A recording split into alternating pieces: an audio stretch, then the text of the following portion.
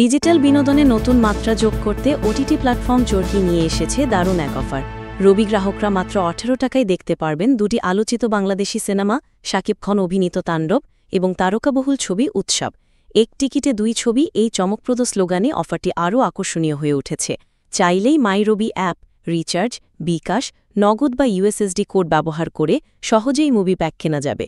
সাবস্ক্রিপশনটি ৩০ দিন পর্যন্ত সক্রিয় থাকবে, ফলে দেশের যে কোনো প্রান্ত থেকে দর্শক তার সুবিধামতো সময় বেছে নিয়ে সিনেমা দুটি উপভোগ করতে পারবেন। চরকির সিইও রেদওয়ান রনি জানান, উৎসব ও তাণ্ডবে হলে দর্শকদের উচ্ছ্বাস কুড়িয়েছে, তবে জেলা শহর ও মফস্বলের অনেকে ছবিটি দেখার সুযোগ পাননি। রবি চরকি একসঙ্গে কাজ করে এবার সেই দর্শকদের হাতের মুঠোয় দুটি সিনেমাকে পৌঁছে দিচ্ছে। রায়হান রাফি পরিচালিত তাণ্ডব সিনেমায় শাকিব খানের সঙ্গে অভিনয় করেছেন সাবিলা নূর সহ আরও অনেকে।